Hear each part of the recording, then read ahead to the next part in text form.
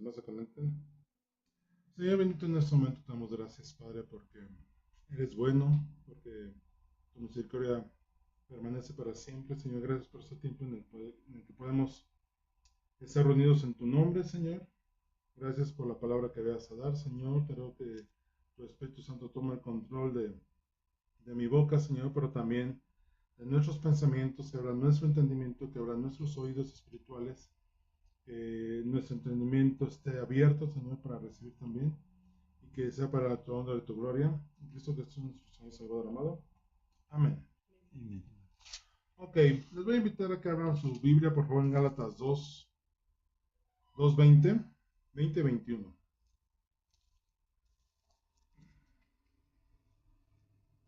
Me voy a permitir leerlo, dice en la Reina Valera: con Cristo estoy juntamente crucificado, y ya no vivo yo, mas vive Cristo en mí. Y lo que ahora vivo en la carne, la vivo en la fe del Hijo de Dios, el cual me amó y se entregó a sí mismo por mí. No desecho la gracia de Dios, pues si por la ley fuese la justicia, entonces por demás murió Cristo. Y voy a leer la versión Nueva Traducción Viviente, que dice: mi antiguo yo ya ha sido crucificado con Cristo, ya no vivo yo, sino que Cristo vive en mí. Así que vivo en este cuerpo terrenal confiado en el Hijo de Dios, quien me amó y se entregó a sí mismo por mí. Yo no tomo la gracia de Dios como algo sin sentido, pues si cumplir la ley pudiese hacernos justos ante Dios, entonces no habría sido necesario que Cristo muriera. Tiempo, este estudio le puse vivos en Cristo y muertos a la religiosidad. Y yo estaba con la idea de continuar, bueno, la petición que había de ver algunas parábolas en el contexto que habíamos visto las semanas pasadas de lo que era el reino de Dios, pero hoy Dios puso en mi corazón hablar sobre esto. Y bueno, ¿qué es lo que ocurre en Gálatas? ¿No? La carta, ¿a qué se refiere Gálatas? Pablo escribe esta carta a causa de la religiosidad que empezaba a imperar o que habían empezado a infiltrarse dentro de las iglesias de Galacia. De hecho, Gálatas no es una ciudad, es un conjunto de ciudades al sur de Grecia. La región se llama Galacia. Y en todas esas iglesias, al menos son 4, empieza a ocurrir algo, empieza a haber unos infiltrados o unos espías mandados para infiltrarse y corromper las enseñanzas bíblicas, que en ese momento ya había sido puestos por Pablo y que la iglesia había ido creciendo. ¿Y cuáles son esas enseñanzas? Pues judaizar. Esto eran judíos que habían llegado ahí con la intención de eh, corromper la doctrina y empezar a meter nuevamente prácticas judías, a judaizar, y entonces decirle: sí, Cristo murió, pero necesitas cumplir con tales requisitos que la ley establece. Entonces, por ahí es el tema principal que hubo con los Gálatas. Y entonces Pablo empieza la carta primero defendiendo su apostolado, diciendo: oigan, a ver, espérenme, yo soy apóstol, y no soy menor a los otros, porque Pablo había estado siendo atacado respecto a la enseñanza de decir: no, estos espías habían ido a decir que Pablo pues no estaba desvariando en las enseñanzas que estaba dando, que estaba inventando en las enseñanzas que estaba dando, y que inclusive su apostolado no estaba confirmado, no estaba en orden con respecto a los apóstoles que estaban en Jerusalén. Entonces Pablo empieza la carta defendiendo su apostolado, diciendo: pues es que ellos no son más que yo. Es más, les hace un recuento que les dice: yo ya fui a Jerusalén, ya conozco a los apóstoles, conocí a Pedro, conocí a Juan y conocí a Santiago, el hermano de Jesús. Y entonces no me vengan a decir que, es más, lo primero que hice fue entrevistarme con ellos para ver si lo que la enseñanza que yo estaba dando estaba correcta, y no había hecho una enseñanza o un trabajo en balde desviado de lo que los apóstoles enseñaban. Y les dice: no, al punto que inclusive los apóstoles dijeron: muy bien, reconocemos al ministerio que Dios puso en ti, hacia los gentiles, mientras nosotros trabajamos hacia los judíos.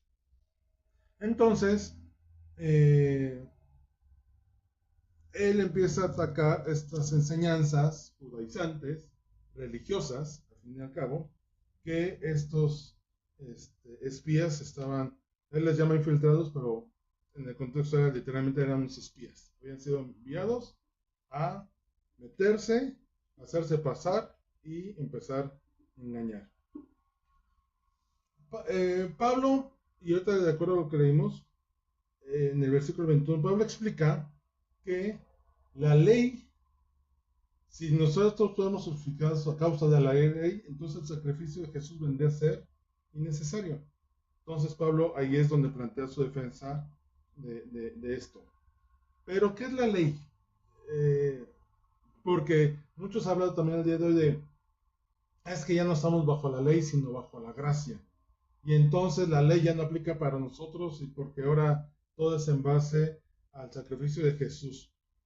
Pero se nos olvida, o ha habido una falta de entendimiento, que hay dos leyes instauradas por Moisés, que es una la ley ritual y otra la ley moral y ética. La ley moral y ética era la que decía cómo vivir. Ejemplo, amar al prójimo, ¿no? O los 10 mandamientos. No tendrás ídolos, honrarás a tu padre, a tu madre, no adulterarás, no mentirás, no dirás falso testimonio, etc. Y la ley ritual, que es la que Jesús vino a abolir propiamente, es todas estas prácticas que el pueblo tenía que hacer en diferentes fechas del año, festejan comúnmente en fiestas, para entonces el pecado que habían cometido durante todo un año, el sacerdote hacía un único sacrificio presentado ante el trono de gracia, y entonces durante todo un año estaban cubiertos de gracia. Jesús vino a hacer un sacrificio perfecto en el cual invalidó ya esa parte de prácticas, explicando, entendiendo que ya no es necesario hacer sacrificios, sino ahora el único sacrificio que Jesús vino a darnos vida, ¿no? Y vino a liberarnos del cautiverio, y vino a liberarnos del pecado y de la consecuencia, la muerte. Entonces, esa es la parte que Jesús vino a abolir. Y la parte de la ley moral y ética, lo estuvimos viendo en semanas anteriores con el Sermón del Monte, en el cual Jesús vino a corregir las prácticas impuestas por rabinos que desvirtuaban la ley original de Jesús. Hablábamos, por ejemplo, en su momento de con la vara que midas serás medido, el tema del adulterio, el tema de cómo relacionarse con las personas, esa frase tan repetida por parte de Jesús de, y habéis oído, en el cual era, esto es lo que les dijeron que hicieran, pero la realidad es que el texto o la ley de Dios decía originalmente esto.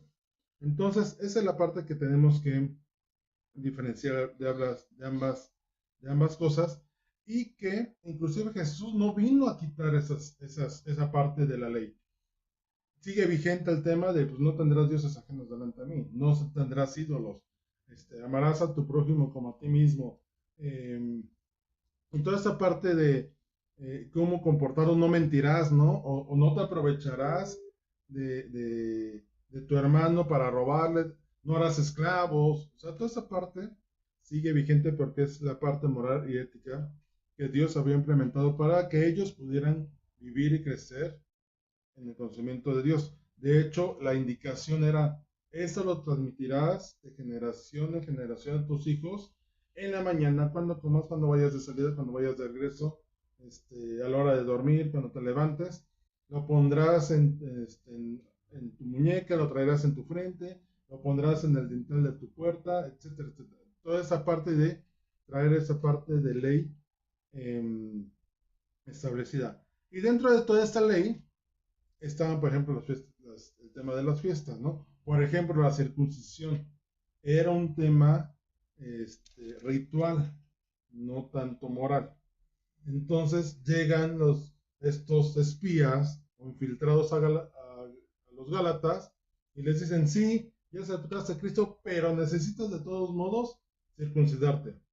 Y Pablo les dice, no, espérame. Inclusive cuando fui a Jerusalén, Tito me acompañó, que era un griego, y lo trataron como, no le exigieron nada. O sea, ¿por qué ustedes vienen ahora a esa parte? Entonces, caemos en el punto de bueno, en ese momento estaban cayendo un tema de religioso, de tienes que cumplir esto para entonces hacer real o hacer efectivo el sacrificio de Jesús en la cruz. Otra parte que, por ejemplo, hablaba la ley era el tema de las fiestas, en el cual había 6 fiestas: la Pascua, panes sin levadura, tabernáculos, Pentecostés, trompetas y expiación. Y Ezequiel habla que de esas 6 fiestas, 3 en el futuro milenio estarán todavía vigentes, no por el tema ritual, como para que a través de esa podamos tener salvación o expiación de pecados, no, simplemente se van a conservar como un tema de recordatorio, como hoy la cena del Señor es. Hoy la cena del Señor que festejamos no es un tema ritual, es un recordatorio de la muerte, el nacimiento, muerte y resurrección y la venida de Cristo Jesús en un futuro cercano.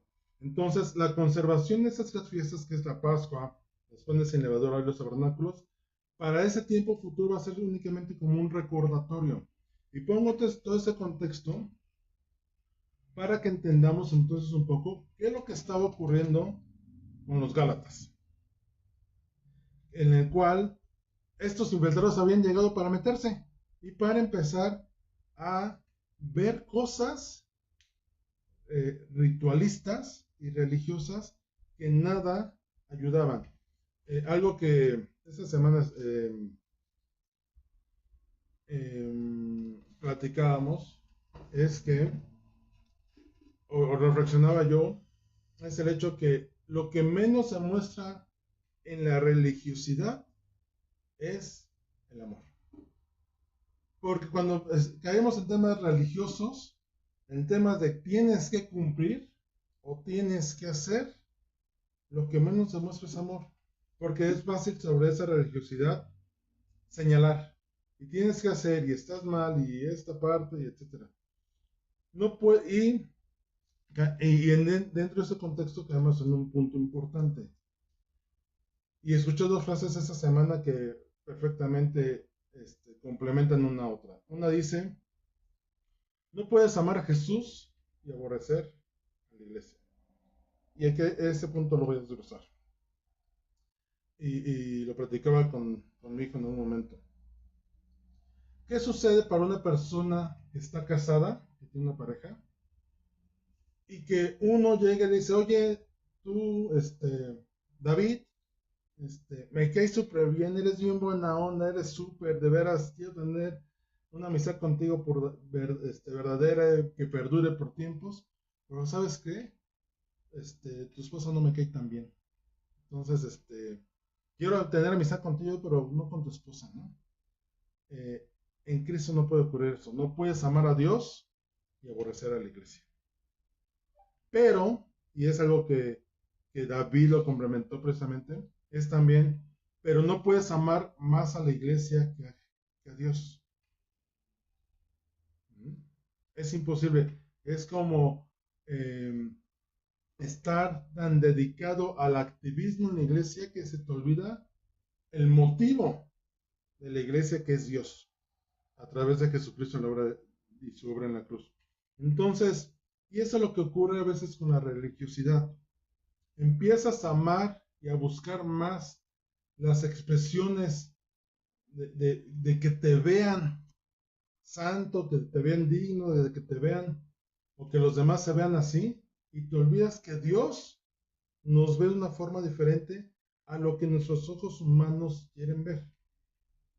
Y tratamos a las personas de una manera que religiosamente dijeran, es que te tienes que vestir así, es que no puedes venir así, es que tu atuendo no corresponde, es que tienes que levantar las manos, si no, no eres santo. No.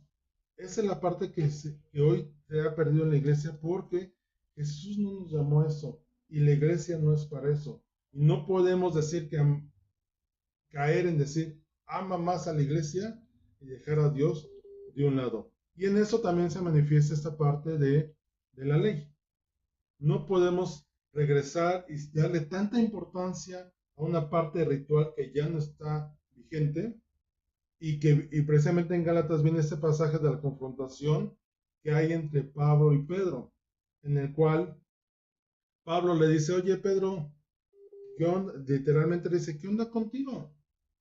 Eres, eres de una manera, has entendido la gracia de Dios, es más, tú mismo fuiste testigo como Dios te dijo, no llames inmundo a lo que yo ya santifiqué, come libremente. Y después dices, no, sí, eso no puedo comer porque es inmundo. Este, entonces, esa es la parte que Pablo ahorita es lo que vamos a ver que está, que va a atacar. Vamos a leer Gálatas 2, 1 al 3, en el cual, bueno, Gálatas 2, 1 al 3, viene esa parte de que Pablo empieza a exponer su situación de cómo ni siquiera juzgaron a Tito por ser griego. Dice la palabra, yo traigo una nueva traducción viviente, dice, después, pasado 14 años, subí otra vez a Jerusalén con Bernabé, que también era judío, llevando también conmigo a Tito, el que era griego, pero subí según una revelación, esto es que Dios, el Espíritu Santo le indicó que subiera, y para no correr o haber, fue obligado a circuncidarse. Pablo empieza la defensa de su apostolado explicando esta parte. Ahora, en Gálatas 2.4 dice, y esto a pesar de los falsos hermanos introducidos a escondidas que entraban para espiar nuestra libertad que tenemos en Cristo Jesús para reducirnos a esclavitud. Eran los llamados infiltrados judaizantes. Voy a hacer una pequeña pausa porque acá alguien está ladrando. Eh, hablamos de esto de los infiltrados judaizantes. Y la pregunta es, ¿quién los mandó? ¿Quién mandó a estos judíos a infiltrarse en las iglesias de Galacia? Pues seguramente los fariseos romanos, los fariseos que estaban en Jerusalén, los cuales eran celosos de guardar todo ese tema de ley y que se metieron precisamente para eso, para tratar de intimidar o engañar a, a los galacios y confundirlos y finalmente hacerlos apostatar de la fe y del evangelio que en ese momento les habían sido ya presentados por Jesús. Tomen asiento, bienvenidos. Ay, también. Aquí hay algunos amigos que llegaron. Entonces, obviamente tenían un origen de quién los había mandado. Esto es, que había un propósito maquiavélico preparado con la intención de, o sea, no fue casualidad que estos infiltrados se metieran, ¿no? O que fueran enviados. El contexto que Pablo utiliza en este pasaje es de un espía como los que en una guerra, en un ejército son mandados. ¿Y qué es lo que hacen esos espías? Se hace pasar, hay una película, se llama Aliados, que casualmente es con Brad Pitt, y él es un espía inglés metido en las líneas alemanas y conoce a una mujer que es alemana infiltrada en la de espía para los ingleses. Total que se conocen, se enamoran y no saben que uno y otro son espías y se comportan como el inglés como alemán y la alemana como inglesa, y ahí transcurre la película. Eso fue lo que hicieron estos infiltrados judaizantes, meterse como si fueran, pero no eran. Y en el versículo 2, Gálatas 2:5 dice, a los cuales ni por un momento accedimos a someternos, está hablando Pablo, para que la verdad del Evangelio permaneciera con vosotros. Y algo importante que aquí ocurrió, Pablo identificó y tuvo discernimiento para detectar que estas prácticas no eran de Dios. Y algo que hoy en la iglesia ocurre mucho es que muchas cosas se toman y se actúan sin discernir. Las aceptamos porque el que está enfrente las dice y porque lo dices es ley y nadie se toma el atrevimiento de agarrar su Biblia y decir, oye, lo que habrá dicho habrá sido correcto. A ver, el texto que utilizó está en el contexto que debería ser, sí o no. O inclusive un tanto, nos falta a veces en inglés también un tanto de sentido común de decir, a ver, 2 por 2 son 4 y me dijo que era 5. Es ilógico, ¿no? Y eso ocurre mucho actualmente en la iglesia, en la cual hay mucha gente infiltrada, que a lo mejor puedas tener las mejores intenciones, pero, o mostrar las mejores intenciones, pero la realidad es que traen un tema de división y de muerte espiritual para la iglesia. Eh, Seguramente los que hemos tenido iba a decir la oportunidad, ¿no? Pero no sería la oportunidad. La necesidad por circunstancias de tener que haber estado en una, dos o tres iglesias diferentes en los últimos tiempos, nos podemos dar cuenta de ello. Hay iglesias que no llevan una doctrina y no hay discernimiento. Y lo que entra, la iglesia, perdón por la expresión, se lo come sin filtro, sin discernir, sin ver, ¿no? Y no solamente, sino a veces profecías que llegan a ver dentro de las iglesias, dicen, amén, ¿no? Y es cierto, ¿no? Y espérame, pero ¿qué dice la palabra al respecto? ¿Qué dice Dios al respecto? Y lo que ocurre mucho hoy es que creemos conocer a Dios, pero no conocemos en realidad la personalidad de Dios. Y eso es algo que hoy necesitamos empezar a, a cambiar. Del versículo 6 al 9, Pablo expone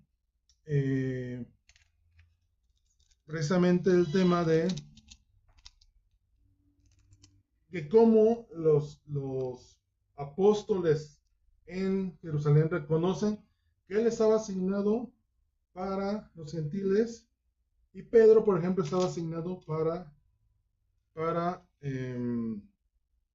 los judíos, ¿no? El tema de la predicación del evangelio.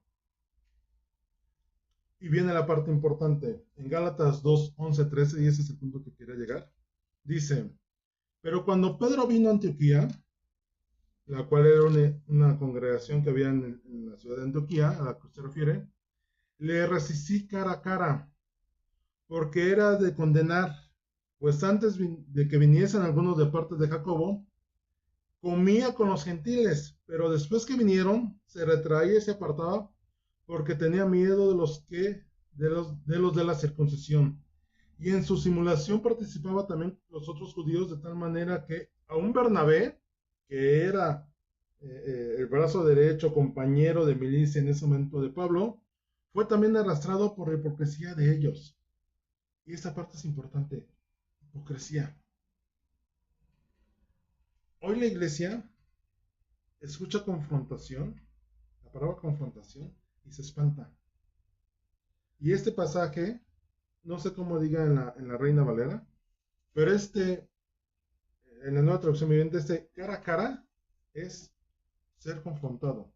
Y ser confrontado es eso, poner a dos personas cara a cara y entrar en un tema de cara a cara, enfrentándolo cara a cara. En un tema de... ¿Hayan escuchado el término cotejar? Cotejar comúnmente se utiliza vamos a cotejar la información y a lo mejor hay dos listas y vas viendo que concuerde punto por punto, ¿no? Y cuando uno de los puntos no coincide con el otro, entras al punto de, vamos a checar, o dónde está el error, o ver, vamos a hacer la corrección. Eso es confrontar. Cotejar viene a ser un sinónimo de confrontar. Entonces, lo que le hizo Pablo a Pedro en ese momento fue lo que suena aquí. A ver, espérame. Tú que ya conoces la gracia y que sabes que no hay problema en comer con gentiles, estabas comiendo con gentiles y te caché. Que cuando vinieron unos judíos de Jerusalén, los viste y dijiste, ahí vienen, ¿no? Que no me vean. Y te apartaste. Pablo lo confrontó directamente a Pedro, cara a cara. Y algo que también ocurre al día de hoy es que las cosas no se hablan así. Y la iglesia y el evangelio, y Pablo aquí insta en que las cosas se hablan de frente. Hay varios pasajes en el Biblia, de hecho toda la Biblia es confrontativa. Nunca fue así como que, ay, Dios, así como que, ¿cómo te lo digo, no? O déjame pensar, no. Dios mandaba a los profetas y ve y diles. Y ya lo platicamos en otras ocasiones, como inclusive Isaías, Jeremías, el hermano de Lamentaciones también, Ezequiel, Daniel y todos los profetas menores, Dios les decía, ve y diles, y les decía, ustedes son, al pueblo de Israel, ustedes son como una prostituta, que al mejor postor se dan, y es más, ni siquiera el mejor postor, pagan para que estén con ustedes, ¿no? Dios no les hablaba con amor. Y en otros pasajes, mira, así como quebranté este yugo, quebrantaré de ti. La palabra a Saúl de parte de Samuel, por cuanto fuiste obediente, el reino se te ha quitado y se te dará a alguien mejor que tú. Dios no le dijo bonito, Dios no, Samuel no utilizó palabras así de, ay, pues mira, no eres tan malo. Lo humilló por un tema de orgullo. Lo humilló por un tema de orgullo. Y fue confrontativo. Platicamos del tema de Natán con David. No llegó y le dijo, ay, mira, es que tenía un amigo, el amigo de un amigo, ajá, el amigo de un amigo, pues tenía una abejita, ¿no? Le contó la historia y cuando David entró en, ay, ese hombre tiene que pagar. Natán no se tocó el corazón. Natán le dijo, tú eres ese asesino, ladrón, encubridor de pecado. Y todavía para que nadie supiera lo que hiciste en oculto, ahora va a ser público. Ajá. No fue con amor. La diferencia es esta. El corazón de David se dispuso a decir, la regué, Señor, de verdad, me arrepiento. Y tenemos un pasaje como Salmo 51, en el cual viene un arrepentimiento, podemos ver genuino de parte de David. Hay otro pasaje confrontativo en Daniel, cuando Nabucodonosor tiene un sueño y que se siente grande, Daniel le dice, oye, no, espérame, el árbol que soñaste que va a ser cortado eres tú, porque no has entendido que este gobierno que Dios te lo dio no es tuyo. Pasó un año, dice la palabra que él iba caminando en el jardín y dijo, qué poderoso soy yo, miren todo lo que hice. Y en ese momento su entendimiento fue cambiado, se comportó durante 7 años como un animal salvaje y llega el punto en que después de 7 años reacciona y dice, ahora sí reconozco que tú eres Dios, eres altísimo y todo está sujeto a ti. Algunos comentaristas de este pasaje comentan que seguramente Nabucodonosor, por la forma de expresión en su oración, se convirtió a Dios. Al igual que Ciro, en Daniel, todo hace indicar que él también decidió en su corazón dejar de ser idólatra y convertirse al Dios, dice el pasaje, al Dios de Daniel. ¿Qué es lo que ocurre el día de hoy? Que jugamos, y Pablo se lo dice muy claramente a Pedro, eres un hipócrita. En pocas palabras dijo, eres un hipócrita. Y hoy en la iglesia estamos padeciendo de ello y no deberá ser así. Deberemos ser reconocidos por ser íntegros en guardar la palabra de Dios, íntimos en guardar los mandamientos, no menospreciar la sangre de Cristo. o el sacrificio de Jesús en la cruz. Lo que hizo Jesús en la cruz, ya lo hemos platicado otras veces, no fue cualquier cosa. Desde el punto de vista físico, como desde el punto de vista espiritual, no fue cualquier suceso como para que, y es lo que Pablo le dice a Pedro, con eso estás menospreciando el sacrificio de Jesús. Y a los judaizantes en Galacia les dice, a ver, todas esas prácticas y todas esas cositas en las cuales ustedes están fijando, que están buscando que todos cumplan, delante de Dios, eso ya no aplica. ¿Por qué quieres mostrar cierta santidad, cierta posición, cierta sabiduría? Esta carta de Gálatas es una copia en pequeño de Romanos. Y si han leído Romanos, Romanos es considerada la columna vertebral del cristianismo, porque habla desde la justificación, desde los antepasados, como el cambio del sacrificio a través de Jesús, la justificación que nos da la expiación de nuestros pecados y la vida eterna que ahora tenemos en él. Pablo lo vuelve a trasladar ahora en Gálatas por esa circunstancia de malas prácticas que había en Galacia, bueno, con los Gálatas. Y hay un punto importante que dice en el verso 14 y 15, pero cuando vi que no andaban rectamente conforme a la verdad del Evangelio, dije a Pedro, delante de todos, si tú, siendo judío, vives como los gentiles y no como judío, ¿por qué obligas a los gentiles a judaizar? Nosotros, judíos de nacimiento y no pecadores de entre los gentiles. ¿Qué es lo que le está diciendo?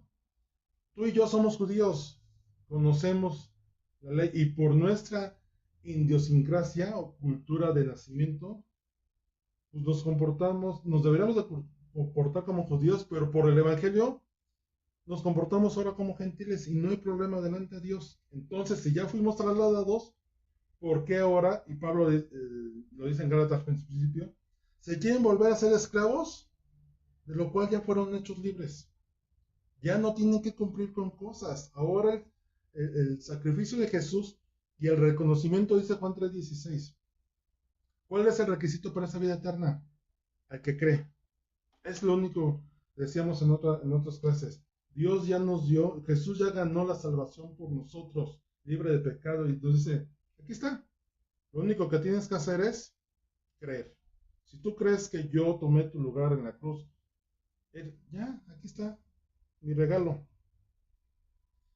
Y Pablo les dice, ¿en qué momento? Y es más, les dice, tan pronto fueron engañados. Y ese pronto viene un contexto también de tan fácil te dejaste engañar. O sea, no pusiste el filtro, no discerniste, no. O sea, apenas me volteé y ya estás haciendo otra vez cosas. Dice Pablo, de ninguna manera actuemos en esto. Y algo importante aquí en Gálatas 2:14 es que Pablo no lo confrontó a Pedro en lo secreto, fue en público. ¿Y por qué fue en público? Porque también viene esa parte que hoy, ay no, es que hay que hacerlo aparte, para que no se enteren. Y Pablo dice, no, lo hice enfrente de todos para que todos entiendan. Y si nos vamos al Antiguo Testamento, cuando Dios a través de Moisés les daba las leyes a Israel en Deuteronomio, cuando lo vuelve a repetir toda la ley, hay un pasaje que leíamos hace unos días que decía que si un familiar, por ejemplo, un familiar te incitaba a hacer idolatría, a rendir culto a otros dioses y con eso caer en idolatría, decía, no te detengas, aunque te es su familia, no tengas compasión. Y dice, y Pablo y Moisés decía, hazlo para que todo pueblo sepa que así aplica, que yo Dios no estoy jugando, ¿no? Que esto es firme en la disposición de Dios tienen que aprender, tienen que entender que eso no es un juego. Y a lo mejor es lo que muchas veces pasa hoy en la iglesia. No pasa nada, ¿no? Conocemos muchas historias de líderes que en manifestaciones del Espíritu pero con pecados atrás. Y la conclusión es, como ellos veían que no pasaba nada, pues un poquito más. Y el pecado es así, ¿no? Empieza con algo sencillo y después va creciendo y va creciendo. Tenemos el testimonio de una persona que empezó robando hace muchos años. Empezó robando piezas de auto en la calle. Y después subió a transeúntes, carterista se volvió, y después se iba a Gigante en aquel tiempo y robaba cosas, y después ya falsificaba cheques para cobrarlos en el banco. O sea, la maldad del pecado va en crecimiento y va pervirtiendo el corazón de las personas al punto que dice la palabra que son velados en su concupiscencia y dicen, no pasa nada, ¿no? Total, uno no ninguna y dos, y así van pasando. Y algo que importante que hace Pablo en ese contexto de la confrontación que tiene con Pedro es la exposición del problema. Pablo no atacó a Pedro en su persona, no le di, o sea, no lo humilló diciendo, ah, eres un inútil, no, atacó el problema.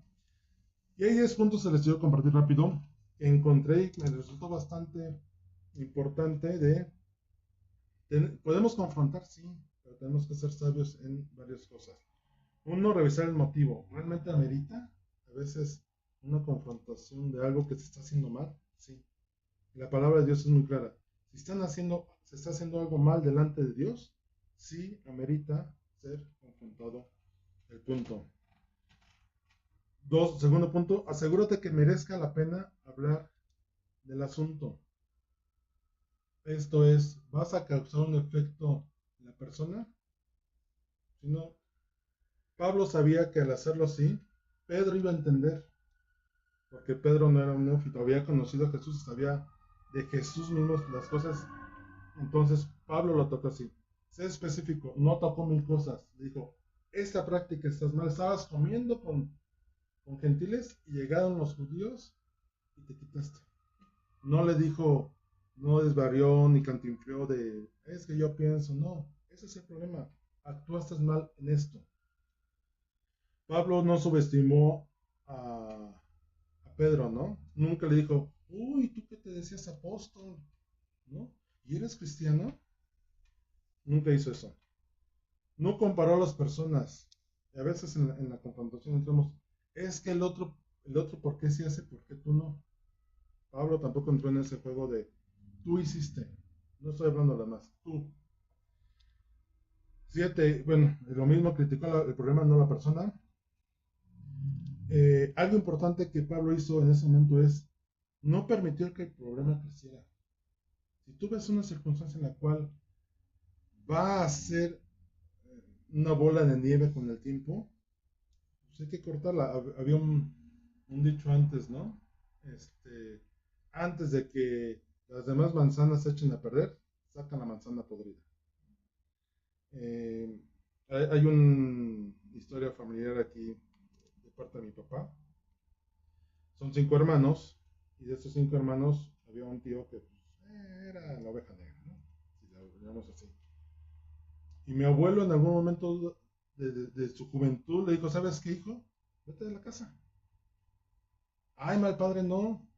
Pero en el contexto que lo hizo fue, no me vayas a echar a perder mis otros 4 hijos. Ya después se restauraron y mi tío estuvo, o sea, eran siempre los 5 hermanos. Pero en algún momento mi abuelo tuvo que hacer esto sabiamente. ¿Por qué? Pues porque no podía permitir que el problema se hiciera más grande. Punto 9. Si vas a sacar un punto, primero tienes que sacar la viga de tu ojo antes de señalar el error de alguien más. Y el último punto termina con un punto de ánimo, con algo positivo.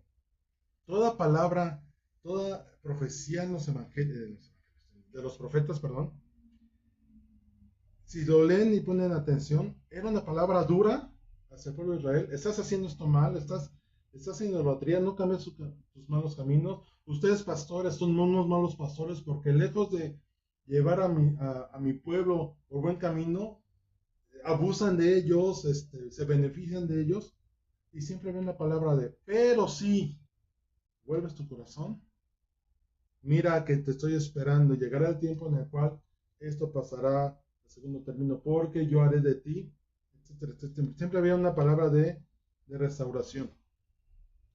Siguiendo con el pasaje en 16 y 17, si alguien me ayuda aquí, por favor. Sin embargo, al reconocer que nadie es justificado por las obras que demanda la ley, sino por la fe en Jesucristo, también nosotros hemos puesto nuestra fe en Cristo Jesús, para ser justificados por la fe en Él y no por las obras de la ley, porque por estas nadie será justificado. Ahora bien, cuando buscamos ser justificados por Cristo, se hace evidente que nosotros mismos somos pecadores. ¿Quiere esto decir que Cristo está al servicio del pecado? De ninguna manera. Muchas gracias, Denise. Pablo vuelve a reiterar esa parte. No es por obras la salvación. No es por cumplir las obras, aquí se refiere de la ley. Toda esa parte que les decía de los temas rituales, no tienes que hacer, tienes que venir y tienes que hacer esto. No. En el Antiguo Testamento, el pecar salía caro. Porque por cada pecado que hacías tenías que presentar una ofrenda, ¿no? Y tenía que salir de tu bolsa. Entonces, por ejemplo, un pecado de mentira, pues si nadie te cachaba, pues no pagabas, ¿no? Y lo metías dentro de tu sacrificio anual por la expresión de todo un año. Pero si te caían en el pecado, en la mentira, decía el sacerdote, ven, pecaste de esto, una ovejita, un cordero, lo que fuera, ¿no? Inclusive si tú transgredías el terreno establecido, ponían unas piedras que decían, en el límite que decía, propiedad de Carlos, ¿no? Hasta aquí. Y si David llegaba y la movía, ya se consideraba robo. Entonces el sacerdote, si caía en ese punto, decía, espérame, ven, ¿cuántos metros agarraste de más? No, pues 10 metros cuadrados. Bueno, pues entonces te va a costar tal sacrificio, ¿no? Y vas a tener que ir y no es que me lo traigas, no, tú tienes que traérmelo y tú vas a estar aquí cuando sacrifique y entonces lo presentaré a tu nombre. Eso ya pasó, ¿no? Eso ya con Jesús ya no aplica. Pero lo que Pablo también explica es, a ver, Jesús no se hizo pecado para que entonces sigamos pecando a través de él. Dice esta versión, ¿es por eso Cristo ministro de pecado? Cristo se dedica pues como yo ya me morí por ti, vale, ahí te va tu licencia, ¿no? Para pecar. Ahora que en enero van a empezar las permanentes, órale, una licencia permanente para pecar libremente. No, dice Pablo, no caigamos en ese error que están queriendo meter los infiltrados. Dice Gálatas 2:18, porque si las cosas que destruí, las mismas vuelvo a edificar, transgresor me hago. Ya renunciamos a una vieja manera de vivir. Ya no hay nadie que nos tenga que señalar. ¿Por qué permitimos que hoy alguien nos venga nuevamente a señalar? Bajo ese contexto, es que tú eres un pecador. Espérame, no. Dios ya no me ve como un pecador. Dios ya me ve como un hijo. Puedo pecar, sí, pero ya no lo hago por quererlo hacer, porque tenga licencia. Y caemos en error en esta parte de religiosidad. Y caemos en esta error, ¿no? Cómo te vistes, tu apariencia, que si vienes o no vienes. En algún lugar, fíjense, en algún lugar donde asistimos, nos condenaron prácticamente porque en un fin de semana hubo bautizos, eran en un lugar en Morelos. Y por qué razón, no pagué los lugares a tiempo, entonces el camión fue, pues 40 personas, pues ya no hay cupo, ¿no? Entonces, pues yo decidí ir con mis hijos a Reino Aventura, a Six Flags, ¿no? Pues era un tiempo con mis hijos, o sea, pues el domingo, el pastor lo aventó. Esos hermanos que en lugar de estar sirviendo en la iglesia o acompañando en los bautizos, se van a Chapultepec, no quiso decir Cliff Rexo, se confundió. ¿Y qué va a ocurrir si Dios viene en ese momento y te agarra en la montaña rusa? Te vas a quedar. Así, o sea, literalmente. Mis hijos estaban pequeños. El tema es este. Lo repitió en la clase, 2 veces en la clase y después en la prédica. Utilizó el púlpito para... El tema es que mis hijos estaban chicos y hasta mis hijos me voltean a ver. Oye, papá, ¿qué onda? O sea, mis hijos preocupados. ¿Fue pecado ir a Six Flags? Ya, no, no es por ahí el tema. A veces llegamos a esos extremos por querer tener a la iglesia aquí. Imponemos religiosidades con el fin de crear temor en la gente. Y entonces, si ellos viven una vida limitada, que todos vivan una vida limitada. Entonces, y hoy eso no se los platico me tocó así, literal. Entonces, no va por ahí el asunto. Ahora tenemos una libertad en Cristo en la cual dice Pablo, podemos hacer todas las cosas, sí, pero no todas las cosas nos convienen. Y esa libertad de la que Cristo nos da ahora para entonces, en su conocimiento y guiados por el Espíritu Santo, porque Dios nos capacita y nos da las provisiones para entonces cada tentación enfrentar, entonces decir, espérame, puedo tomar, pero no me conviene. Si voy a un antro, ¿puede ser un antro? Sí, puede ser un antro. ¿Puede ser una fiesta pagana? Pues sí, puedes ir, nadie te lo prohíbe. Pero es cuando tú dices, en tu convicción con Cristo, ¿sí lo hago? No lo hago. Pero ya es una guianza del Espíritu Santo en ti. Inclusive hace rato escuchaba una predicación que decía, puedes ir a esa fiesta, porque si es familiar, pues no te vas a mostrar como un religioso, ay no, yo no me junto con ustedes. Y contaba este pastor que fue una fiesta así, que hasta una tía dijo, ya llegó el cristiano, ya me echó a perder la fiesta. Porque a esta tía le gustaba bailar y el chupe dice, no, ya llegó, ya me echas a perder la fiesta. Y dice que literalmente la mujer se sentó y estuvo así. Llegó otro tío, oye hijo, tengo un problema, ¿puedes orar por mí? Sí.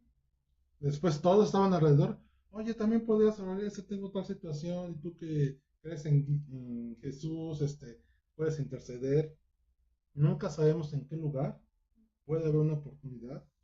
Y entonces, en lugar de ser religiosos, podemos mostrar amor y decir, ven, tienes un problema, vente, podemos orar. Y por ahí guiarlo hacia Cristo. Y ese último pasaje, vamos a leerlo. ¿Alguien me ayuda? Segunda Gálatas. Gálatas 2:20, por favor. Con Cristo estoy justamente crucificado, sí. Y ya no vivo yo, mas Cristo vive en mí, y lo que ahora vivo en la carne, lo vivo en la fe del Hijo de Dios, y el cual me amó y se entregó a sí mismo por mí. Ese pasaje lo leímos la semana pasada en Varones, ¿no? Sí. Y les preguntaba ahí, lean este pasaje en este momento, y yo les iba a preguntar, ¿qué sienten después de leerlo? ¿Qué sensación les deja? Mediten ahí un minutito. ¿Les causa temor? ¿Les da paz? ¿Les da alegría? ¿Les conforta? ¿Les causa cierta duda? ¿Qué dirían? Tú, David, ¿qué dirías? Ya lo he dicho muchas veces. No, pero pues aquí. Así que es porque... A ver, Denise, ¿qué te genera? A mí cierta, responsabilidad, porque también no es nada más como decir, ya se escucha muy bonito, ya no vivo yo, sino que vive Cristo en mí, sino estás muriendo a ti, es poner primero y negarte a ti en muchas cosas, ¿realmente lo haces? Ahí está como la responsabilidad. ¿Tú, Isra? Igual, responsabilidad. ¿Tu mamá? Así que... ¿Tu papá? Pues es el vivir siempre pensando que haría Cristo, cómo lo haría Cristo, con la idea de que me amó y se entregó a sí mismo por mí, ¿no? Entonces algo muy de peso que digo yo, sí, no voy a fácilmente hacer cosas que no son agradables a Dios, ¿no? A ver, por ahí los que están conectados. ¿Alguien quiere participar? Eric, Fanny, Diana, Chávez. Yo nada más digo que a mí me genera tranquilidad, pero también responsabilidad. Ok, muchas gracias. Efectivamente, en la traducción que yo traigo, nueva traducción viviente, a mí me gusta mucho esta parte. Con Cristo estoy juntamente crucificado. No que haya sido crucificado, sino está en tiempo presente.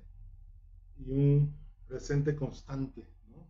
Que si lo leo mañana, va a seguir aplicando en temporalidad a presente.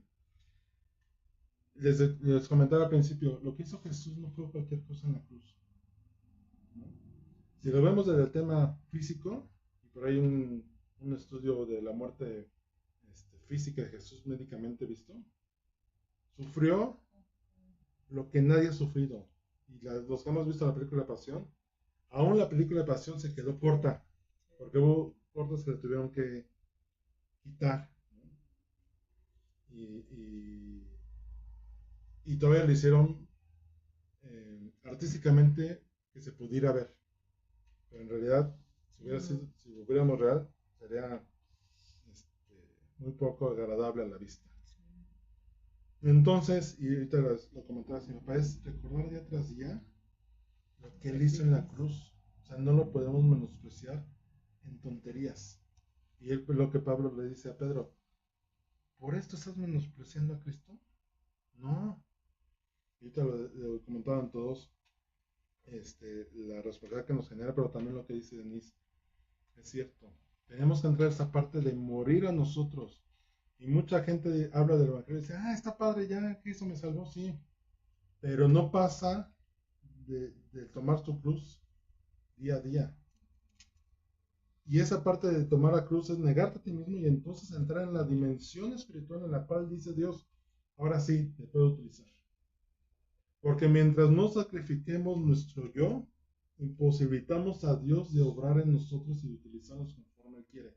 Pero cuando transgredimos esa limitante y entonces sacrificamos nuestro yo a diario, y lo más sorprendente y diría chistoso en ese contexto es, no dejas de ser tú.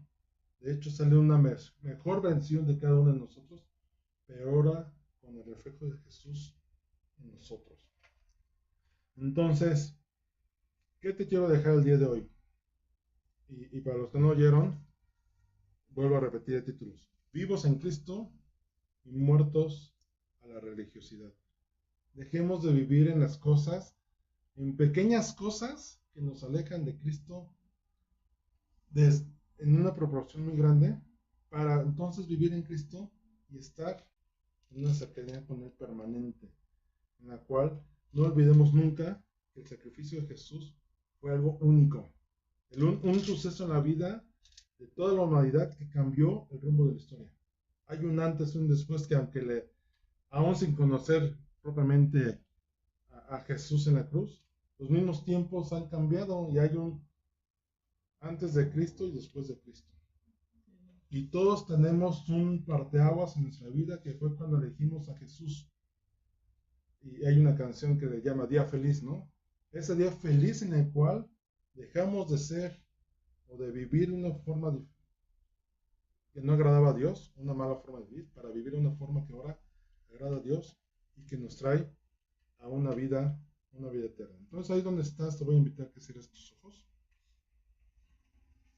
y medites un momento en esto de lo que Jesús hizo en la cruz. Que nunca se nos olvide ese momento en el cual Él se despojó de toda su grandeza, de toda su deidad, de toda su omnipotencia, de todos esos atributos que tiene como Dios, para tomar un lugar en la cruz ti y por mí.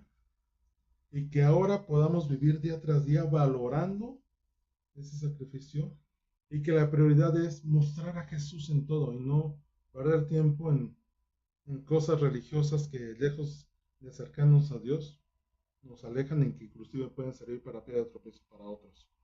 Padre, en estos momentos nos ponemos en tus manos, Señor, agradeciéndote. No hay palabras, Señor, no hay acciones, no hay obras que podamos hacer, no hay expresiones artísticas que puedan manifestar lo que hiciste en la cruz, por lo cual estamos agradecidos día tras día. Gracias, Padre, por tu palabra que es verdad, que nos confronta día tras día a ser y permanecer en ti y que nos reta también, nos crea una responsabilidad de vivir como tú has planeado que vivamos, como tú lo has visualizado para cada uno de nosotros. Ayúdanos, Señor, a día tras día a caminar, dejando nuestro yo menguado, para que tú crezcas en nosotros y llevar la cruz día tras día, Señor. Y no solamente eso, Señor, sino alcanzar almas y que sean alcanzadas para tu gloria. Gracias por los aquí presentes, por las familias representadas, Señor. Gracias por los que no están, Señor, que podrán ver este video, Señor, esta enseñanza. Y sobre todo, Señor, que sean tocados sus corazones y sean convertidos y sean trasladados a tu reino. Dice la honra y la gloria por siempre, Señor Jesús. Amén y amén. Amén. Muchas gracias.